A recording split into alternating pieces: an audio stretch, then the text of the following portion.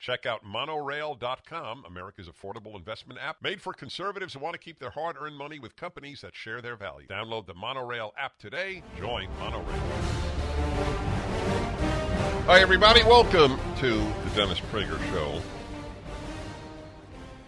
I was watching the coach of the National Basketball Association Golden State Warriors, Steve Kerr, and he was asked at a news conference about what is happening in China. The NBA hates America and loves China. It's a scummy organization, the NBA. Who's the head of it? Is that Adam Silver? Who is that? Yeah, he's really another one who to the extent that he will ever be remembered, it will be for harming the cause of liberty on earth. The NBA seems to attract pretty scummy people in its higher echelons, and not a few like LeBron James among its players. So he was asked if he would condemn what is happening in China. He said, well, I'm not, they don't ask me in China to condemn, I'm paraphrasing, to condemn all the AR-15 mass murders in America. There you go. That's it. I had this when I was at Columbia in my graduate school days. This was the exact line. As I've said many times, I learned Russian in order to read the Soviet Communist newspaper, Pravda. That was my aim. I was not interested in...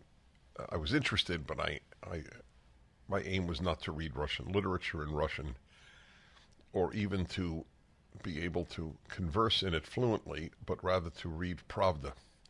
Pravda's line was, who is America to condemn our human rights record here in the Soviet Union? Look at how America treats its black people and its other minorities and its women. Here in the Soviet Union, women work at every job just like men do. And that was true, boy. I saw that. Oh, God, I'll never forget. Never forget being on a street in Moscow and watching two women bricklayers. I'll bet they were in their 30s. They looked in their 50s, but I'll bet they were in their 30s. And obviously I knew enough Russian to ask them, can I take a picture of you? And the reason I remember it so vividly was that they were so happy that a man wanted to take a picture of them. And they asked me if I would wait a moment while they fixed their hair. It touched me to the core of my soul. But you don't even know that story. It's a touching story, isn't it? Women bricklayers. So Pravda would write all the time, who's America to condemn Soviet totalitarianism? Of course, they would never use the term Soviet Union when America is so bad. And that's what Steve Kerr, the coach of the Golden State Warriors, said. What is it? Who is the coach of the San Antonio Spurs? Is a true hater of liberty. In another amoral human being coaches a team in the NBA. The NBA makes Popovich, that's it. What's his first name? Greg Popovich. Oh, yes. It's so interesting how the coaches who are conservative, and I'm sure there might be a few, to keep their opinions to themselves. They don't politicize the sport. But the left wing poisons everything it touches, as you know. And so for 4 years, all we heard was his hatred of Donald Trump. Like Popovich is a deep thinker. And And then all the other kowtowing to the Chinese government. My friends, I want to reflect on life for a moment, because I do that all the time in my own mind. I always ask, what are the larger implications of all of these things? And one of them, in this instance, is so clear. The battle to make a good world starts with the individual. And it's very hard, given human nature, to make a good world. It takes things that are so against human nature, like courage, wisdom. Wisdom is learned. Wisdom is learned like physics is learned. I urge you to see my column today. It is Tuesday. My column is out every Tuesday. The one question fools don't ask. What is the price? I worked quite a while on this particular piece. It's up at DennisPrager.com. It's up at townhall.com. And over the course of the week, will be at Daily Wire, American Greatness, Jewish World Review, and many other places. But you can find it now at DennisPrager.com and at townhall.com. Wisdom is rare. And the beauty of being a fool is that you don't know you're a fool. Many fools think they're wise. Popovich is an example. I don't know if Kerr thinks he's wise. He just knows how to defend obsequiousness. So it's a dilemma. I had lived my whole life thinking that somehow America had done the almost impossible. It had taken the raw material of the human being and made a lot of really good ones in America. Of course, there are many bad ones, always have been, but I believed that it was weighted in favor of the good. Between the battle of the decent and the indecent, I lived a whole life persuaded that America had done, as I said, almost the impossible. And that is made a very large number of truly decent people. And I think that was largely true. And then it was undone, beginning with the post-World War II generation. It might have been earlier because the universities deteriorated morally and intellectually, starting at the end of the 19th century, when people went over to Germany to get PhDs because American universities were not offering doctorates. To paraphrase an old joke, when the universities got doctors, America got sick. That's what, in a nutshell. The more PhDs, the worse the country. Every one of you listening, not every one of you, 94.3% of you know that that is true.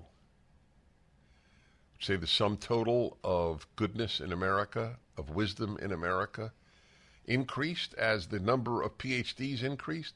Of course you wouldn't. We had this wonderful young woman on Tucker Carlson last night. She went to Mount Holyoke, $50,000 a year, all girls school. I learned something that I did not know. I wonder if you knew. I'm looking at my producer. That they had the girls get a special haircut. Are you aware of that? She mentioned that, and it's the second time I've heard that. Because long hair is sort of too feminine. And you don't want that. I want to discuss that with her. I think that's a very, very big deal. The idea that a girl should want to look attractive, God forbid even somewhat sexy, the left finds this truly vile. The only women they want to dress sexily are trans women, and ideally in front of kids. If you don't understand how sick the world of the left is, that's a tragedy for the country. If liberals understood that, we would save the country.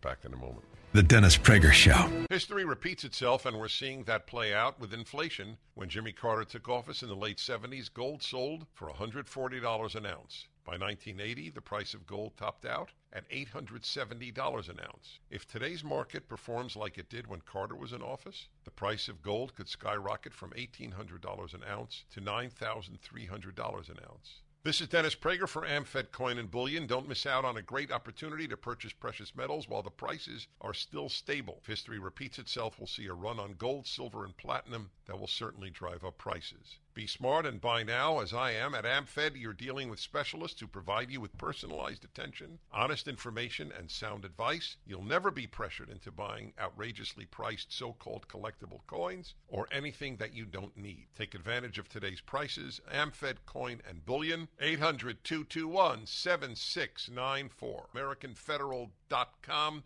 AmericanFederal.com. All right, friends. Sean, you'll tell me when we have that ready. I want. That's sorry. We'll play the audio. That's fine. Annabella, although it would be. This is one of those cases. The video would be helpful. But I rather you hear it. If it's okay. I had Annabella Rockwell on. What? That was spontaneous, right? Putting her on the show. Well, and why did I do that? Because I had talked to her the night before. You had talked to her the night before? At the PragerU. At the PragerU gala? Or the PragerU party? Yeah. Right. And she had told me her story. And she told you her story, so she came to visit the show. Yeah. Okay, what a great story. So, she was on Tucker Carlson last night. And we have it from the beginning of Tucker introducing her, Sean? Okay, take it away. So a lot of parents have had this experience. You send your kid off to college, you're proud. Dylan got into Duke. We're so happy. And then the kid comes back and hates not only you, but the country and himself. And the chances of that child having a happy, productive personal life go to about zero. That's the fruit of liberal arts in this country now. So it's a very common experience, but one mother decided to try and fix it. She sent her daughter to attend Mount Holyoke University of Massachusetts, tuition over $50K a year. The child comes back totally programmed, like a cult member. So the mom spends $300 a day for a deprogrammer to undo the brainwashing, and it worked. Annabella Rockwell is the daughter. She graduated Mount Holyoke. She's now the development director at PragerU. She joins us. So, Annabella, thank you so much for coming on. So deprogram suggests undoing unreasonable religious belief. Did you feel like a cult member after Mount Holyoke? Tucker, thank you so much for having me. First, I'm going to say that I arrived at Mount Holyoke bright-eyed and bushy-tailed, so excited to be there in 2011. And as soon as I got there, I was told that, I should refer to myself as a first year, not a freshman, because we were a historically women's college. I was left a note in my mailbox saying, he may be a she may be a he, don't assume anyone's gender. And I thought, oh, okay, that's new. Hold on a second. This is precious. It's an all-girls college. But you shouldn't assume that it's a girl? He may be a she may be a he, but it's an all-girls college. Also, you must understand the shallowness of every leftist, not every liberal, every leftist, is almost immeasurable. I don't know if you can say that about shallowness, usually about depth. Nevertheless, understand the battles that they wage. We're an all-girls school, So you can't say freshman. Ooh, because weak, I mean the opposite of strong females, can't handle the word freshman. It's jolting. Feminist and weak is almost synonymous. This is a perfect example. You pathetic girls, and we pathetic faculty and deans and president of Mount Holyoke, we can't handle the word freshman at an all-girls school. Do you understand, folks? She said that, but I know it didn't register in the depth of its shallowness to all of you. These are the battles that they wage because they are spoiled brats. They have life so good, they need to find some meaning. They're secular vessels of emptiness, of vapidness. This is a battle that must be waged. Get rid of the word freshman. God almighty. Woo! Don't assume anybody's a she at an all-girls college. You enter a fantasy world of idiocy when you enter college. Let's continue. As soon as I got there, I was told that, I should refer to myself as a first year, not a freshman, because we were a historically women's college. I was left Oh, a wait, note so in now my it's mailbox. on? The video's on? You can watch it at Salem News Channel. You can watch this show at any time, and Annabella and Tucker are on the video right now. Go ahead. Saying, he may be a she may be a he, don't assume anyone's gender. And I thought, oh, okay, that's new. And then the last thing was we had the moho chop, which was this ritualistic haircut that people did in the first semester where everyone would shave their head, sort of as an act of rebellion. So, okay, so let's yes. That was the third of this great trifecta. Don't assume anyone at an all-girls college is a she. Don't use the word freshman. And I got to look this up. Moho chop, correct? Mm-hmm. How would that be spelled? M-O-H-O. Moho chop haircut. Images. Let's see it on a woman. Okay, so it's very short, correct? I mean, that's what I assumed. There are not too many pictures of it. Anyway, an act of rebellion. What is the rebellion against? Looking feminine with long hair. That's what I assume it is. All right, continue, Sean. I mean, as time went on and I studied history, I became completely brainwashed into believing that I was oppressed by our toxic patriarchal society. And I left school. I was sad, anxious, intellectually starving, and by 2015 when I graduated, I completely estranged myself from my family. Yeah, well, that is underneath it all. We joke about the lunacy on college campuses, but the real cost is not that they'll vote Democrat. The real cost is that they won't love their parents anymore, and that's the most upsetting part of it, I think. So how did you get better? So in this panic of me not communicating with my mother, she consulted a cult specialist. This person gave her devastating statistics. With Annabella Rockwell of PragerU on Tucker Carlson last night. The story is very important. You all have helped build MyPillow into the incredible company it is today, and have trusted in Mike Lindell to give you a great night's sleep. On top of the special available to my listeners on the Percale and Giza Dream bed sheets, marked down as low as $29.98, Mike is now changing the game with his 3-piece towel set.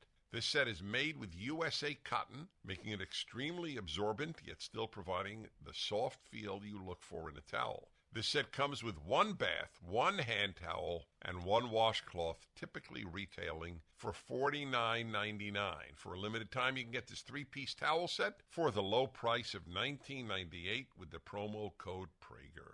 Don't miss out on these extraordinary offers. There's a limited supply, so be sure to order now. 800-761-6302. Use the promo code Prager or go to mypillow.com, click on the radio listener square, and use the promo code Prager.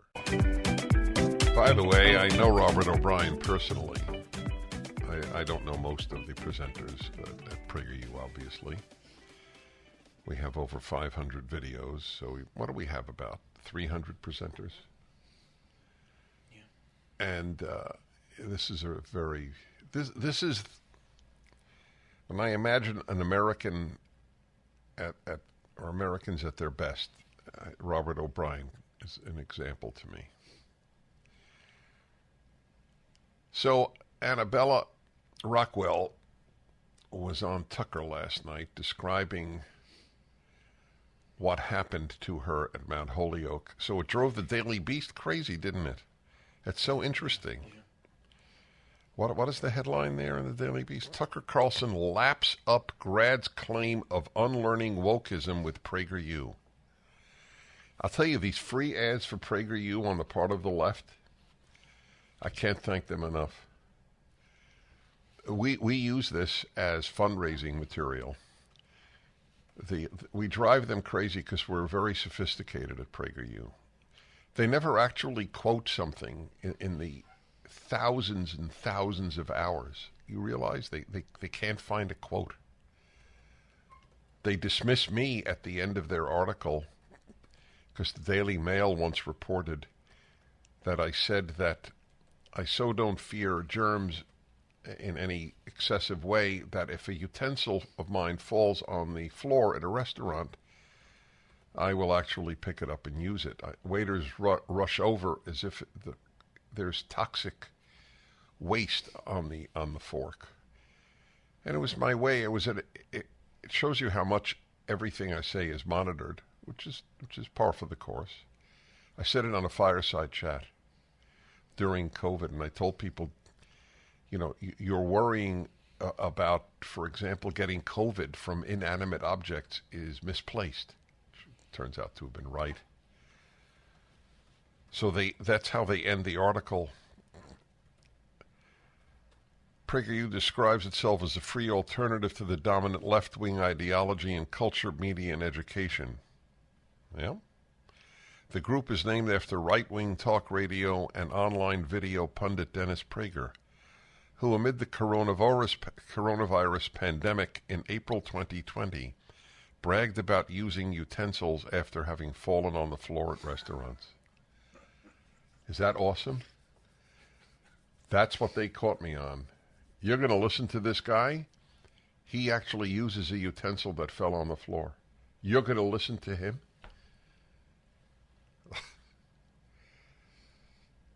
It shows you what drives them crazy, that I don't walk around with their fears. Who do you think is more likely to be afraid if their fork fell on the floor in a restaurant? A leftist or a rightist? Interesting question. So it drove them crazy because, after all, there's no wokeism at our colleges. Let's continue with Annabella last night on Tucker. Most people don't make it out, but a glimmer of hope that it tends to be young women who do. So she spoke to him, and he made it very clear to her, do not affirm your daughter's newfound identity. You know her best. All right, she is let me explain. child. She's referring to the person that her mom brought in to, who was a cult specialist, which is exactly what you would need, because leftism is a cult. One proof, there are many, one proof of that the left is a cult is that every single cult, one of the first things it does is undermine parental authority. The enemy of cults is parental authority.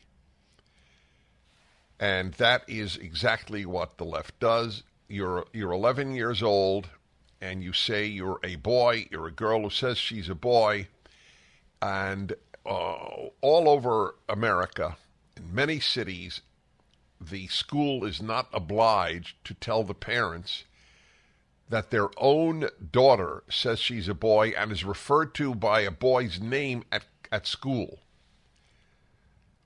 Right. If that is not the obvious undermining of parental authority, nothing is.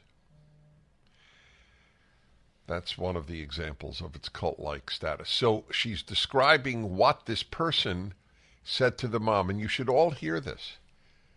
You don't have to go along with your child's brainwash.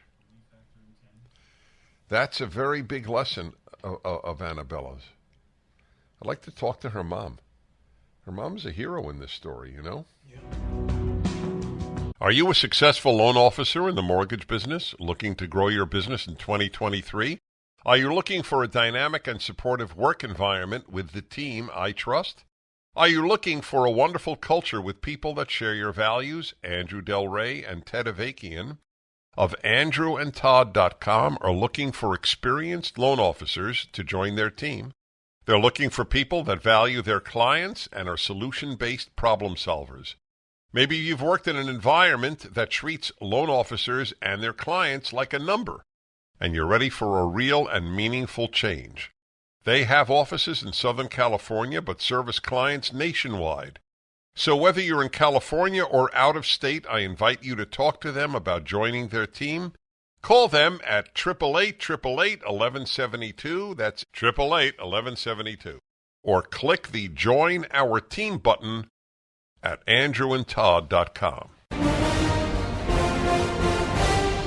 Hi, everybody. Welcome to the Dennis Prager Show. Great to be with you. That's the truth, Ruth.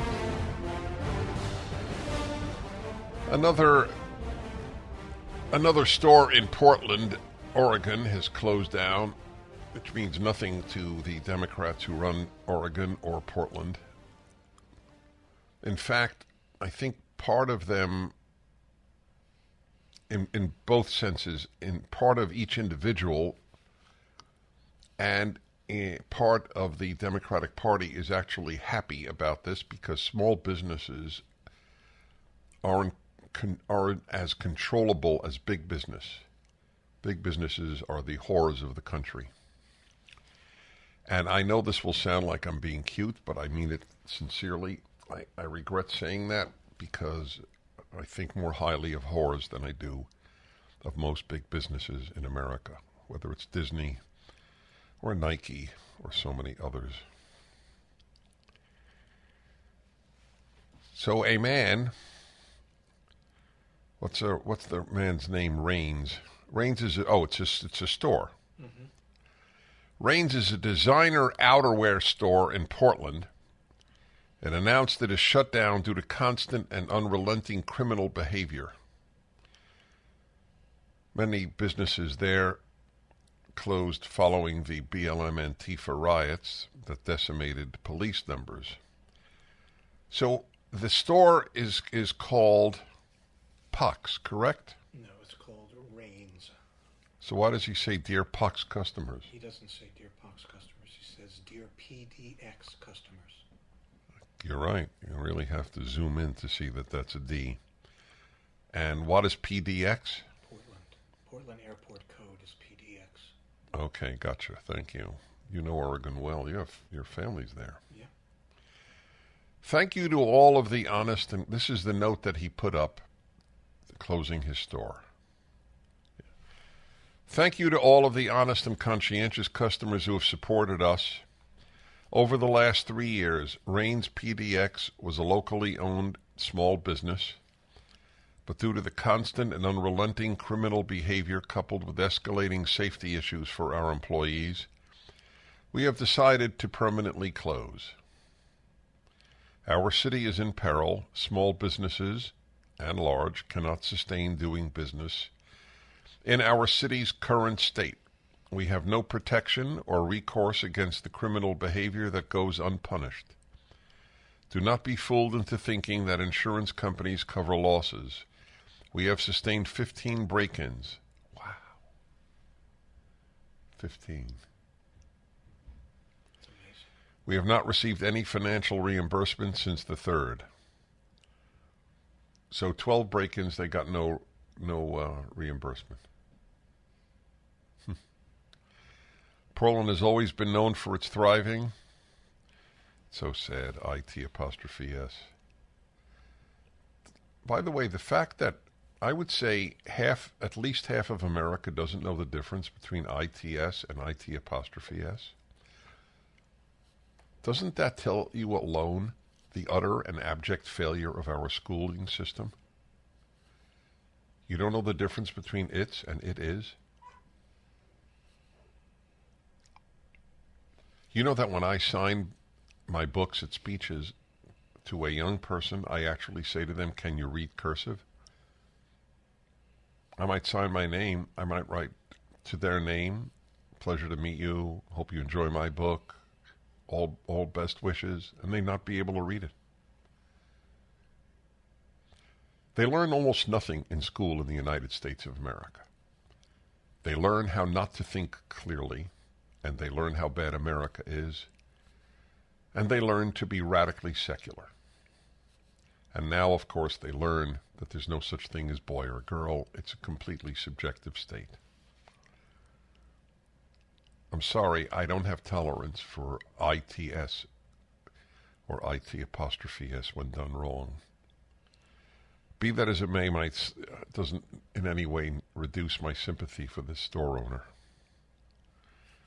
Portland has always been known for its thriving and abundant local, independently owned small businesses. If small businesses are forced out, then our city will have lost a lot of what makes it a unique and desirable place to live. Please do your part to support small businesses this holiday season and beyond. Please be vigilant in voting to make our city safe again. Thank you and happy holidays. Be vigilant in voting to make our city safe again. Does that mean vote Republican? What else can it mean, right? Nobody believes if you vote Democrat, you're making your city safe again. So the lying fool, who was the governor of California, made an announcement that it's just a lie that Democrats are in charge of places with great crime because so many of the places with the highest crime rates, murder rates, are red states. So why is it so utterly deceptive, intentionally lying on the part of Gavin Newsom, the man who told everybody to wear a mask and then didn't wear one at a restaurant? Remember that? They called him a hypocrite. He wasn't a hypocrite. He was a liar. There's a big difference between a hypocrite. He knew masks are worthless. If he believed that they saved lives, he'd want to save his own, correct? Same with Nancy Pelosi. Remember the video of her at a hair salon not wearing a mask? They lie because truth is not a left-wing value. So Newsom announces, I'll play it for you later. Newsom announces that, hey, they're not telling you the truth, the Republicans. It's the red states that have the highest murder rate. But of course, it's the red cities. It's the blue cities, Democrat-run cities that have the high murder rate. Of course, if you do it on state percentages, you'll get a different outcome. Don't do it on state. Do it on city. That's right. All these murders are taking place in Chicago, Philadelphia, New York. But hey, it's the Republicans' fault. Yeah. You wear masks. That's right. You wear masks. 2-year-olds have to wear masks on airplanes. But I don't really believe in it, me, Gavin Newsom. I won't wear it. I didn't know I was being videoed while not wearing it at a restaurant. It's tempting to say that whenever they speak, they lie, but of course it's not true. When it has nothing to do with self-interest, they may well tell the truth. You ask them what the temperature is, they'll probably tell you the truth.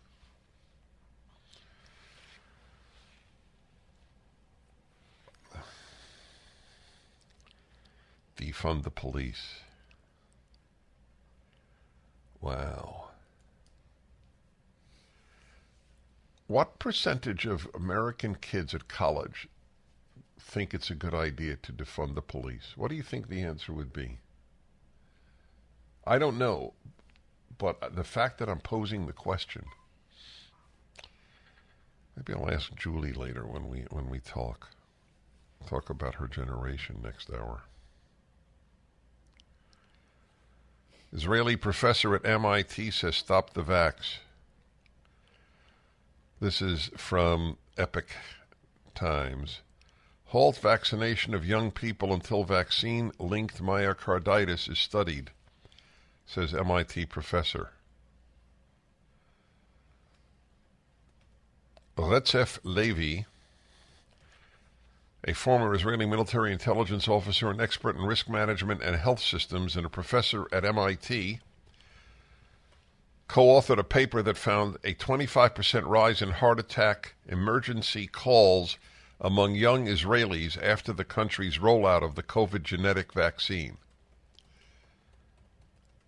It is one of the few enduring sadnesses of my personal life that both my sons got vaccinated. I worry about it. One had no choice if he wanted to keep his job, and the other did it for other reasons. But I worry about them.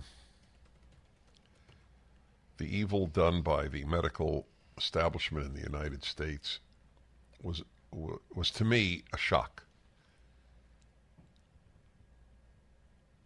I don't know how else to describe it. I trust nothing they say at this time. FDA, NIH, CDC, AMA, any one of the medical associations, the Children's Hospital Association. I trust nothing they say. You do. Folks, I'm taking listeners on a Prager listener cruise. Done it for 25 years. I would have done it in 2020, and I would have done it in 2021. But cruise lines were not allowed to operate. Do you know, I actually believe that many of you would have come. A lot of you, like me, did not panic and did not believe. Watching Sweden, that was enough. Sweden, they should have been dying like flies in Sweden if lockdowns were critical to saving lives. Kids should have been dying like flies. Teachers should have been. They didn't close any schools. Kids through the age of 16 went to school every day. But this year we're having, next year we're having the cruise again. It's a land and ship trip in Eastern Europe. Starts in Vienna, goes to Bulgaria, Romania, and I always forget all three. What's the third again? Serbia. Great stuff. Anyway, it's sold out as I said it would be, and they all are. And you can put your name on the waiting list. Go to coastlinetravel.com or go to dennisprager.com and click on the banner. Because there are always some cancellations at the last moments. Halt vaccination of young people until vaccine-linked myocarditis is studied, says an MIT professor, an Israeli former military intelligence officer. That's right. He co-authored a paper that found a 25% rise in heart attack emergency calls among young Israelis after the country's rollout of the COVID vaccine. Levy argues that there is enough data from this and various other studies on the vaccine's adverse heart effects to stop its use and run a thorough investigation into why many once healthy young people suffer or die from heart inflammation after being vaccinated. The main question that we need to ask ourselves is, do we have enough evidence from this study and many other studies to say halt? Levy said in a recent interview, we're going to stop these vaccines for young individuals, but maybe overall and we're going to take the time to really look very, very carefully and scrutinize every piece of data and bring together every possible piece of data to understand what is the answer. So, if you reported this on Twitter 6 months ago, 3 months ago, would they take it down as misinformation? They would have, yeah. Yeah. Could you put it on Facebook at this time? I wonder. So did Twitter collude in the death of young people? I believe so. I believe every left-wing organization, which includes big tech, colluded in the death of young people in this country and in other countries. I have a piece here that I wanted to read. Here we go. This is from the Wall Street Journal. Did you see this notable and quotable Randy Weingarten? Yeah. Former Secretary of State Mike Pompeo in an interview with Semaphore on November 21st. I get asked who's the most dangerous person in the world. Is it Chairman Kim? Is it Xi Jinping? The most dangerous person in the world is Randy Weingarten. It's not a close call. If you ask who's the most likely to take this republic down, it would be the teachers' unions and the filth they're teaching our kids. These are the things that candidates should speak to in a way that says, here's the problem, here's a proposal for how to solve it. And if given the opportunity, these are the things I will go work on to try and deliver that outcome that fixes that problem. If there's something in the textbook that shouldn't be there, it's okay to identify that and call it out. But that's just openers. Then the question is, so tell me how it is the case that you're going to convince the people of Sedgwick County, Kansas, that they need to identify school board members who are going to push through a curriculum that actually returns to the ideas that made America unique and special. If our kids don't grow up understanding America is an exceptional nation, we're done. If they think it's an oppressor class and an oppressed class, if they think the 1619 Project and we were founded on a racist idea, if those are the things people entered the 7th grade deeply embedded in their understanding of America, it's difficult to understand how Xi Jinping claim that America is in decline won't prove true. Randy Weingarten is a despicable human being. The teachers' unions are all despicable. Do you understand what I'm saying? Do you understand either I am despicable or they are? Because if I'm wrong, I am despicable. To accuse teachers' unions of being the enemy of children is a pretty big charge. So either I'm wrong, in which case I should be dismissed from this job. I should not be taken seriously by any of you. Or if I'm right, then teachers' unions are the enemy of America's children, and they are. They colluded in the obscenity of keeping them out of class for 2 years. They collude in the premature sexualization of children. They collude in the America hatred that is taught to children. Teachers' unions. Yeah, teachers' unions. Bless Mike Pompeo. He's now up there in my esteemed Republicans list. It's not a small list, by the way. Not that cynical.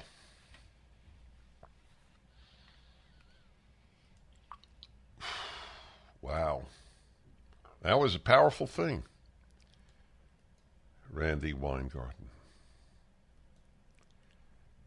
Wow. How does America produce such ugly human beings? I'm talking morally ugly. That's a real good question. Well, I'll tell you how it begins to. It undermines gratitude for living in this free country. As I say, probably every week. In America, you get a BA in ingratitude, an MA in ingratitude, and a PhD in ingratitude. That'll do a lot of harm. This is a powerful thing, Mike Pompeo said. A lot of Republicans have no guts. It's an interesting question. Would Mitt Romney say this? Wouldn't it be interesting to ask him, do you agree with Mike Pompeo that Randy Weingarten is an enemy of a better country?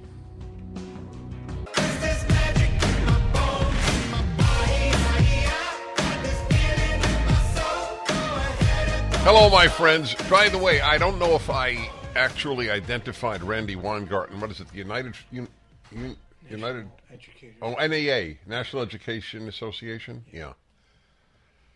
I want you to understand that the fact that Mike Pompeo is that blunt, honest, and eloquent, and understands that the enemy of goodness are people like her, and I say this with only sadness, obviously, means that he rises to among those that I would love to see as running for president as a Republican. Apparently, virtually every report I get about people who know him speak of his intelligence and his values. There are a lot of good folks there. So Kanye West showed up with what is that? The truly evil individual that he came with? Nick Fuentes. I played for you yesterday. They showed up at Tim Pool's show. I was on Tim Pool last year. Tim Pool comes across quite honorably in the story. He really wrestled, and this is not his report. It's a report for The Spectator. He really wrestled. If you don't know who Tim Pool is, he has a very popular podcast. I know it because one of my sons is a big fan. In fact, when I went to the show, he actually accompanied me to the Tim Pool studio. And he really wrestled with what to do, having Fuentes, who was a Holocaust denier. A word about Holocaust denial. I do believe in a hell, because I believe God is good, and you can't have a good God and no punishment. God is not good. If evil people are not punished, there is no good God. And if there is a good God, and I think there is, then there is a hell, and I believe Holocaust deniers get there very rapidly upon death. It's hard to imagine something more vile, the suffering of those 6 million people, and then to deny that they suffered. There's something so twisted in your moral consciousness to say that. And I played for you him comparing cremated Jews to baked cookies.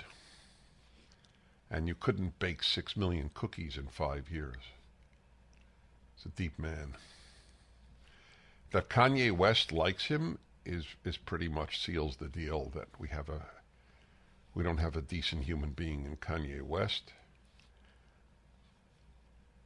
Bringing him to meet with the president was a slap in the face of the president. I got an annoyed note from someone who was deep respect for me. Why didn't I condemn the president?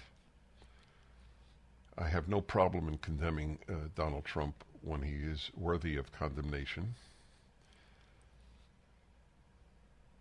I believe him that he did not know that Fuentes was coming. And when he found out who he was, to the best of my knowledge, he ended the meeting. Why would he meet Kanye West at all? As I said yesterday, or the day before. It must have been yesterday, yeah. As I said yesterday, he has faith that he can do anything. He does have, shall we say, great self-confidence, perhaps too great. And again, I thought he was a great president, and I said so for 4 years. But I think he believed that he could dissuade Kanye West and wanted to meet with him, presumably alone. And Kanye West brings the scum of the earth, this Nick Fuentes. I want to say another thing about Holocaust denial. The term has been cheapened. I'll never forget I forgot her name. She was a major columnist for the Boston Globe. And she said in one of her columns, climate denial is the same as Holocaust denial. The left has so cheapened the word Nazi and even the word Holocaust denial that it is part of the problem of our time. Hi, everybody. The Ultimate Issues Hour at Dennis Prager Show every Tuesday. You know, as a gamble, I've mentioned this in the past because there's really nothing quite like it. This is not a boast. It's just a fact. In talk radio, taking an hour every week, not about the news, but about ultimate issues. Because the truth is, that's our crisis. People have not thought through the ultimate issues. So, every Tuesday, third hour is Ultimate Issues Hour. Do you remember what year we started? I don't remember, but I can tell you exactly. Yes, he's looking it up. The living martyr, the producer, the dear friend. Anyway, welcome. I'm Dennis Prager, and on occasion, pretty rarely, I have a guest during the Ultimate Issues Hour. My guest is Julie Hartman, and for those of you who don't know, Julie and I have been doing a podcast. How many have we put up now? 36 or Close something? to 40. 38. 38. That is amazing. 38 consecutive weeks. And we started it out of my Harvard dorm room when I was a senior. Beautiful room, if I recall. On screen, it was a beautiful room. I was joking. You should have seen off screen. No. Well, it wasn't beautiful on screen, and it was clearly less beautiful. Hey, I thought it was beautiful on screen. It was a wall. That's Fair all enough. I remember is you and a wall. Fair enough. Anyways, a dorm room. Who expects it to be beautiful? So it's called Dennis and Julie, and it's very different from everything else I've ever done. I've never had a co-host, and it's very different from anything else you can hear. We just talk about life and ourselves a lot. So anyway, it's called Dennis and Julie, and it's easy to find anywhere you listen to podcasts, and you can view it on YouTube. But the reason I am having Julie on the Ultimate Issues Hour is that, well, today you inaugurate your podcast, which is called Timeless with Julie Hartman. And it's called Timeless because? Because I was thinking that the reason why I'm conservative is that I believe that our values are timeless and eternal. And I, like you, like talking about those timeless and eternal themes. So I wanted people to know immediately that that's what they were going to get when they tune into me. That's a very good reason. Julie's 23 years old, and the reason I mention her age is that is going to be the ultimate issue. What is the crisis of your generation? What are you called? Are you Gen Zers? I think we're Gen Z, yes. How did that name arise? I have no idea. Okay, fine. Okay, so I'm not out of the loop. There is no no loop. No, you're loop. not. I thought I was a millennial for most of my life, but it turns out I'm not because I was born in 99. You were born in the 20th century. I know. Isn't that cool? It is. And if I live enough years, I could be born. Yes, you could have lived in three different centuries. Yes, centuries. That's cool. And 2 millennia. You've really thought this through. Oh, I certainly have. I just have to live long enough. Got to eat right, exercise. Do you believe the data, and I don't know your answer to this, I am curious. Do you believe the data that approaching half of your generation is depressed? Not only do I believe it, I see it with my own eyes. In high school, almost the entirety of my class was medicated. They were either on antidepressants or anti-anxiety medications, and that was the same in college. Wow. I did not expect that answer. So when I think back to my years at your age, I don't remember anybody on meds. Do you remember? It's very rare. Very rare. You're 10 years younger than me, and you don't remember. Now, people might claim, they might claim two things. One, it wasn't diagnosed in those days. Right. Or B, nobody would tell you if they were, whereas there's much less shame today. However, I don't believe that those are real responses. I think that in my age group, at your age, there were many more happy people, or at least not depressed. Mm-hmm. What's happened in your view? This is why it's an ultimate issue, because obviously I have views and I'll share them, but I want to hear yours first. I think the answer is that we are spiritually suffocated. We don't have religion in our lives. You know, I was just mentioning that I call my podcast timeless.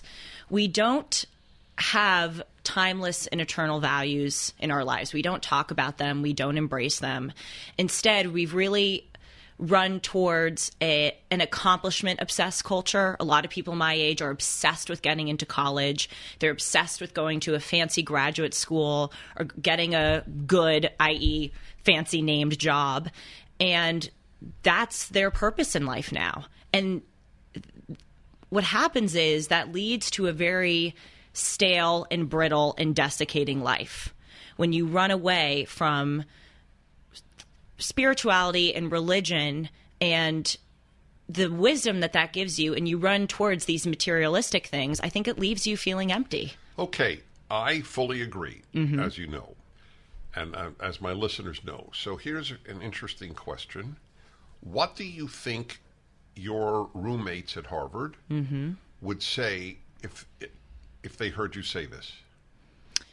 In response to the fact that we're spiritually suffocated? Yes. They would say that we are not, because we have literature. We don't need religion to provide us with wisdom or a sense of purpose in life. A lot of the same values that are espoused in the Bible are espoused in literature and TV and movies. So they would say we have that. Say? That's Boy, what they you would really say. Caught me off guard here. Really? Yeah, I assumed the answer you would give is because it's the answer that I thought up is, well, you're just wrong. It has nothing to do. We're depressed because of global warming. We're depressed because of inflation. We're depressed because we're not getting the jobs that we really seek. We're depressed in part because of the hookup culture that didn't really work out as we had been promised. They wouldn't say that, though. They would say all those other, but they wouldn't say the hookup culture. They would not acknowledge, even the girls. No, they would not acknowledge. The girls acknowledge. would not acknowledge No, they would not. that contributes to their depression. No. That's they tell it to their therapists. Perhaps. I don't know. I'm not in those therapy sessions, but they deny that it causes them any kind of problems or angst. But yes, you're right. They would answer that way. They would say, give the laundry list of grievances and say that's why we're depressed. But with regard to the spirituality issue specifically, because I've raised this with people, they get very defensive. They don't accept, yes, we don't have spirituality or religion in our lives. They don't want to accept that we have again, stale, brittle, desiccating culture. They'll go, no, of course, we're full people. We're interesting people. We have a vibrant life. We go to movies. We watch TV shows. We read books. That's how we get our meaning in life. And my response to that is, first of all, the TV shows and the movies and the books that are coming out nowadays have nothing to do with spirituality and religion and wisdom. They're all about the social justice issues. And number two, to the extent that literature and movies and TV shows deal with timeless, eternal values, they are getting those values from religion. That's the thing that drives me crazy. My generation disparages religion, and yet the influence of it are all around us. Well, certainly that was true. I tell you, though, it's an interesting question. I wish I could, if I could, I would love to have your roommates or any three of your fellow students By the way, if you were at the University of Montana, I would say the same thing. Right. But so I'm just saying Harvard because that's where you attended. But I don't think it's worse. Although that's an interesting question. Is the level of depression at the University of Montana the same as at Harvard? If you had to guess, what would you say? I have no answer. I'm curious what you might say. I would say at Harvard it's more. Well, okay, that's worth exploring. Yes. So, folks, the ultimate issues question: why are so many young Americans depressed? More so than ever recorded in American history. 1-8-PRAGER 776-877-243-7776. Julie Hartman's podcast, Timeless, begins today. The Dennis Prager Show. How could I possibly have needed so much more?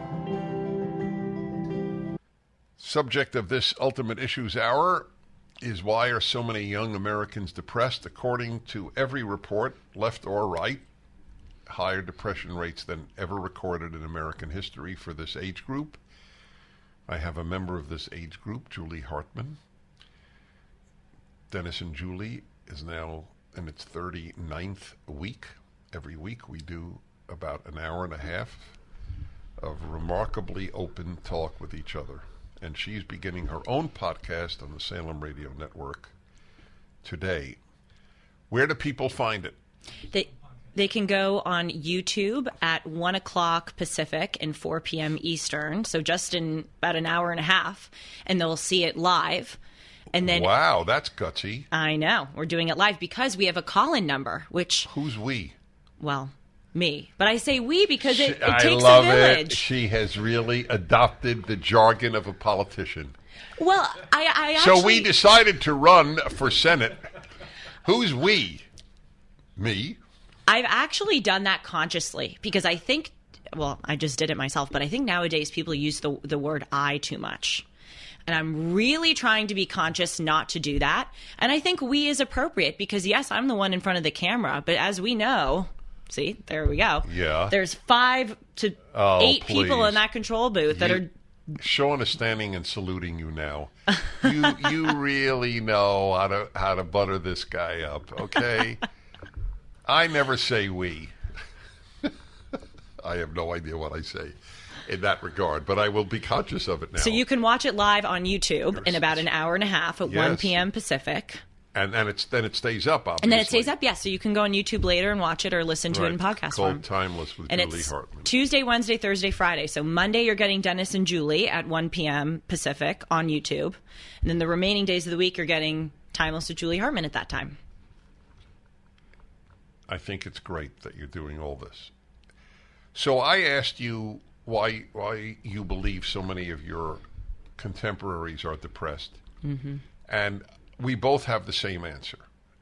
Ultimately, it is the death of the ultimate, if you will. Yes. Look, every single poll says that religious people are happier than secular people. Every single poll, whoever puts it out. So why would it not hold true? But I think what I said they would say is also true. I just read another thing. 7 out of 10 little kids, like 8 years old, are severely worried about climate change. They won't survive into adulthood. So much the lying, scaring of the left has done to their lives, like it did with regard to lockdowns and masks and so on. And it doesn't matter how much they scare people, people still believe it. So do you think that it plays a role? You have no future, or as I put it, the left says at college and at high school, you have no future because of global warming, and you have no past that is worthy of being proud of. You are in a racist, genocidal country. I think it does play a role, but I think above all else, what it more so does is it makes the entirety of our lives political. So you go to school and you are just bombarded with all of these leftist party lines about climate change, racism, sexism, homophobia, etc. Then you go home and you want a little bit of a reprieve, and you turn on the television and your TV show has a woke storyline. Or you go to the news and they're peddling the woke storyline at you there. Even, we talk about this on Dennis and Julie, you go to a coffee shop, and I see nowadays these people, they have their computers open, and the back of their laptops have these computer stickers on them. I voted, just got vaccinated, row, your vote, and row is spelled ROE. People just, it seems like wherever. I didn't know that one. Yes, I saw it the other day at Starbucks. And row your vote. I know, can you believe? But I think the point is, we can't escape, people my age cannot escape politics wherever we go. That's right. And again, it goes back to what I was saying about the absence of spirituality and religion. You need your life to consist of more than just politics. Where is the room in our lives to talk about, as you just said, the ultimate? Or even to just laugh. Yes. I'm sure you've heard me say it, but it's, of course, predates you by many years. Late night TV was not political. It was there was a legend named Johnny Carson. Nobody knew his politics, and he really believed, I have one role, to bring some lightness into people's heavy lives before they go to bed. Well, not anymore.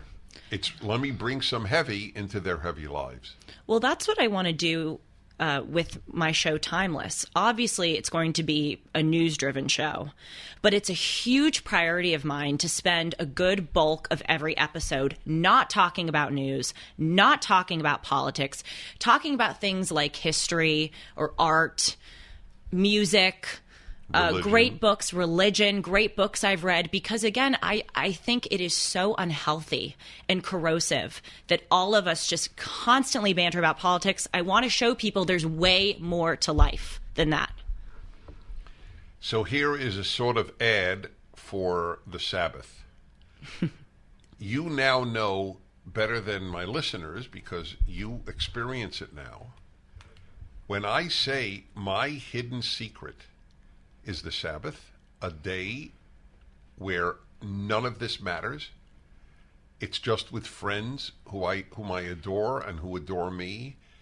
And you now partake of in our Shabbat dinner Friday nights. Every Friday. With these same dozen and guests that I'm usually in charge of bringing. And that people don't have this. There's no let-up from the bombardment of racism and sexism and xenophobia and homophobia and transphobia. No let-up. It's that alone would make me depressed. Back in a moment, Julie Hartman and I on Ultimate Issues Hour. Hi, everybody. Why are so many young Americans depressed? The Ultimate Issues Hour question. I have a young American, Julie Hartman. We do the Dennis and Julie podcast each week. It goes as long as an hour and a half many times. It's a very beautiful and powerful thing. You should get young people to watch it. I mean, there's a big difference in our ages, and yet it doesn't seem to matter. And we don't talk about politics very often. That's right. That's correct. Apropos of our last segment. Right. And Julie's beginning today. in Her an own hour and a half. podcast in an hour and a half. 1 o'clock Pacific time, 4 o'clock Eastern time every day, correct? Yes, on the Julie Hartman YouTube channel. And then you can listen to it afterwards on YouTube or Spotify or Apple or wherever. So I asked you, and then we're going to take calls in a moment, but I asked you, and I forgot to go back to it, 2 segments ago, when I asked you what percentage of you feel, we don't have the data, but you think about half of your fellow students at Harvard were taking medication for depression. Yes. Okay. So I asked Probably more. Probably more. Do you think that the same ratio holds true at, let's say, the University of Montana? And you said, no, you don't think so. Why don't you think so? As Dennis just said, I want to emphasize I don't have any data. This is just my subjective observation. Right. I mentioned, I believe in our first segment, that many students nowadays my age are obsessed with getting into college. And I would say, I would amend that. I don't know about other areas of the country, but especially in affluent coastal cities, that is very true among people my age. And I think if you end up at a school like Harvard, you especially care about the name. You especially care about accomplishments and credentials. It's just a fact. And so the reason why I would say that I think more people at Harvard are depressed than other schools is because in order to get to a school like Harvard, and I know this very well, you have to sacrifice your life and your happiness. From the time that I was young, I was playing sports every single day after school. I was obsessed with getting good grades. I was, on the honor council at my school, which adjudicates honor code violations. I was on the student council. I just did so many activities, and all of my peers at Harvard did the same thing. And one of the things that I realized when I was a freshman, and it really hit me hard, but I'm so glad I had the realization, is that when so much goes into a resume, there's not much left in the person. You've told me this on a few occasions. Mm-hmm. So now I will respond about me. Okay. Because we all do that. Whenever we hear something, we think, how does it apply to myself? Which is perfectly normal and appropriate. And so how do I know you're right? I know you're right because I did the absolute opposite. I know. For 4 years. I'm so happy for you that you did that. I believe, I'm not kidding, it was either a gift of God or nature. I can never tell because as much as I believe in God, I don't know how much he intervenes in any given person's life. But it was a gift.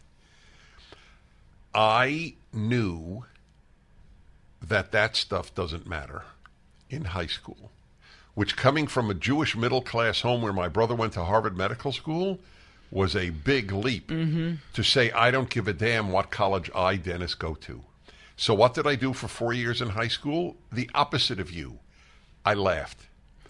You worked hard, though. You say this, but you worked really... No, I worked hard in college. I did not work... Oh, no, I didn't do homework in high school. But you learned Russian and yes. So what, that's not hard work? It was fun. He's so funny. He's so funny. Yes, I learned how to conduct orchestras. I went to the New York Philharmonic Library. And hard work. Well, I did... Look, all right, so let me put it to you this way. I did only what I wanted to do. I wanted to learn Russian. I wanted to learn how to conduct symphony orchestras. Look, I was an abnormal human being. I did only what I didn't want to do. That's right. Okay, so it was the opposite. That's what I'm saying.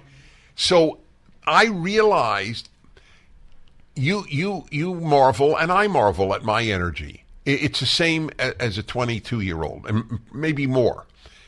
But I really sometimes think the fact that I have no even possibility of burnout is that I did what I wanted in high school. You're totally right. I even find, as I'm preparing to guest host for you or go on my podcast, I approach it from a very academic-y, I must get everything right, I must know every statistic by heart way of going about it. And I've had to unlearn those things so I don't get burned out. Okay, this is intense. Now, anyway, now you know what happens on Dennis and Julie, because we could go on this subject. Yes. We should on our thing. Anyone who wants to protect America should also want to protect Israel. Ambassador Robert O'Brien, former national security advisor in the Trump administration, explains exactly why. See the new video at PragerU.com where we teach what should be taught. 1-8-PRAGER-776. Why are so many young Americans depressed? Julie Hartman is a young American. So am I, but not an age. And let's go to some of your calls here. This has been illuminating. I don't know what to take because they're all of... Okay, here's an interesting one. In Hawaii. Dean, hello. Hello. Thank you for taking my call, Master Dennis. Mm-hmm. Can you hear me okay? I do indeed. Well, I believe young people, I believe everybody is depressed because they don't get held enough.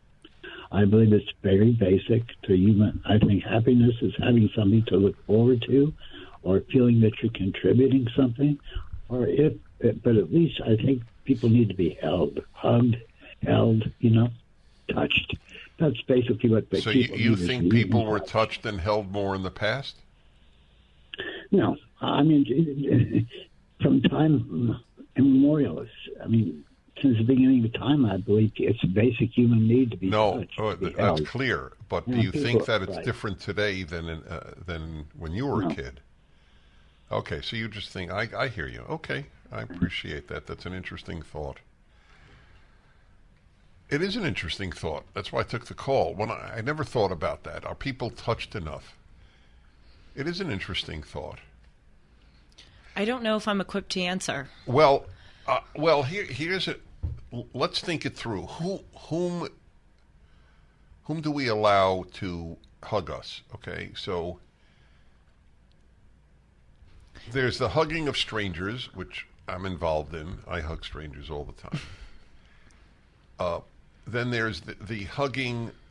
If you're married and it's a decent marriage, you hug your spouse. Or if you have a significant other, we'll even say that. But a lot of young people don't have a significant other. But that's not new. Oh, it is new. I see what you're saying. That's my point. You're not talking about adolescents. No. Right. I'm talking teenagers. about That's true. That's true. Yeah. Dating has subsided. It's subsided, and marriage is delayed tremendously. So how often...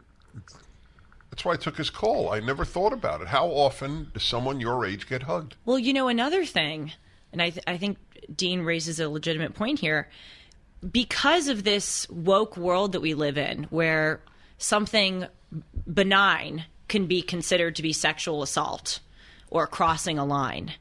Perhaps maybe people like your teachers or other mentors in your life who previously would show affection and even physical affection towards you don't do that anymore. I pose for photos thousands of times a year at events and, just people stopping me. And I always put my arm around the person that I'm posing with. And I always think, whoa, in today's day and age, is that risky? By the way, I don't give a damn if it is, because I don't give in to that stuff. But I am sure other people do. The answer is yes, it is. Yes, there's no doubt in my mind. And so I've asked a very good question based on Dean's call. How often, you're 23, I won't ask you about you, but how often, I'm obviously, but how often is somebody your age hugged? Well, they're not dying to be hugged by their parents. As I said, I don't know. I don't know if I'm equipped to answer that. But what I can tell you, you got me thinking when you raised the dating issue. People nowadays don't date, and they don't have the obviously related affectionate touch that comes with dating. The touch that they do have, that is the sexual touch, is very transactional. Nowadays, a lot of people my age engage in hookup culture, as we were talking about a few segments ago, instead of being monogamous. That's not even a hug. But I'm saying the type of intimate touch is different. Correct. So it's not more intimate. It's not intimate. Exactly. Right. It's more transactional than intimate. Right. Yep. Okay, let's see here.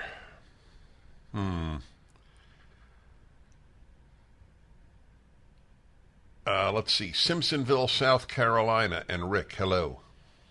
Hi. Hi. I am 74 years old. In 1970, graduated from Bowdoin College. And I was the only one on campus that was interested in religion. And I was the guy that everybody came to and talked about religion. And now, 52 years later, I read my alumni, and all these guys are just dull. Nobody believes in God. They brag about what they earned and that. So I think that our generation gave birth to two generations of people out of touch with religion. I couldn't agree with you more. That's exactly right. Can't hear. Oh, you didn't hear? Okay, we got to get your earphones. So he went to college he's 74. He went to college, graduated in about 70 or whatever it was. And he was the only Christian at his college, Bowdoin College. And now he sees, 2 generations later, his peers, not the happiest crowd and so on. And so he says that generation, the baby boomer, which is what he is and what I am, gave birth to the next 2 generations who don't have anything. Mm-hmm. And that's my lament the whole time. The so-called greatest generation, and I don't say so-called negatively, they were great, but they made the epic error of not giving their kids Americanism or religion. They were so focused on giving their kids what they did not have, that is material comfort and security, that they forgot to give them what they did have, that is American values. Which included "In God We Trust." It's on every coin, folks. I didn't make that up. Wow. It's a wonder that people can see poll after poll that religious people are happier. Everyone wants to be happier, or most everyone. Some people are happy being unhappy because they get attention. And yet they still won't even give religion a try. All right, everybody, final segment. My joy with Julie is very great. You can hear Dennis and Julie on the Salem, Podcast Network. You could watch it, you could hear it on there or Spotify, anywhere you go, Dennis and Julie. But you can watch it on YouTube. On Mondays. Anytime you want. It goes up on live, Monday. You can watch it live on Mondays. But you can be you are starting your podcast today, and it's a very big deal. I wish you good luck. Thank you. It is not easy. No, it is not. Every day. Every day. An hour, correct? And yes, so every day, Tuesday, Wednesday, Thursday, Friday, I'm going to be live at 1 p.m. on YouTube, Julie Hartman YouTube channel, doing the show Timeless. And you're right, it is hard to do it every day, but I have such a fun time researching and coming up with topics. The amount any of us who does this work learns is beyond belief, and on every subject. All right, let me summarize some of your calls, folks. We're talking about why Julie's generation is depressed. So let's see. In Denver, Ed says, depression is from obsession with the self. Where is the service or the sacrifice? That's fascinating. Agreed. See, I told you, got very intelligent calls. They are obsessed with themselves. Mm-hmm. That's why I was against that sign, which the left went crazy mocking me on the internet, which, as you know, doesn't deprive me of a nanosecond of sleep. But it was interesting how much they hated that I mocked the sign in 5th grade class. You are the most important person in the world. If Americans spent 5 minutes a day learning about what other people in other parts of the world have to go through, we would be an infinitely happier people. But no, we focus on ourselves, and Ed is right. That's why we're depressed. Daryl in St. Paul, Minnesota. No antidepressants in the past. His wife had shock therapy. So I guess the point is that there were depressed people, but they didn't have antidepressant drugs, which is true. I don't think they did. That's true. That's fair. Anderson, South Carolina. Randy, we're a self-absorbed society, as the Denver call noted. Yes. Rio Linda, California. Eric, belief in God. You always have something to hope for. Yes, if there's no God, there's nothing. What are you going to hope for? Mm-hmm. For eternity, you're in oblivion. There's nothing. I mean, that's pretty clear. Pittsburgh Tom has a similar view. And I can't get to David in Manhattan, Bill in Georgia, and Stephanie in Arizona. God bless you all for calling. Hear Julie today in just an hour. Mm-hmm. I'm excited. At the Salem Podcast Network. Or anywhere, or on really. YouTube. Yes, YouTube Live at 1 p.m. It's cold. Pacific. Timeless with Julie Hartman. Right. And Dennis and Julie as well. Good luck, Julie. Thank you. Dennis Prager here. Thanks for listening to the Daily Dennis Prager Podcast. To hear the entire 3 hours of my radio show, commercial-free, every single day, become a member of Pragertopia. You'll also get access to 15 years' worth of archives, as well as the daily show prep. Subscribe at pragertopia.com.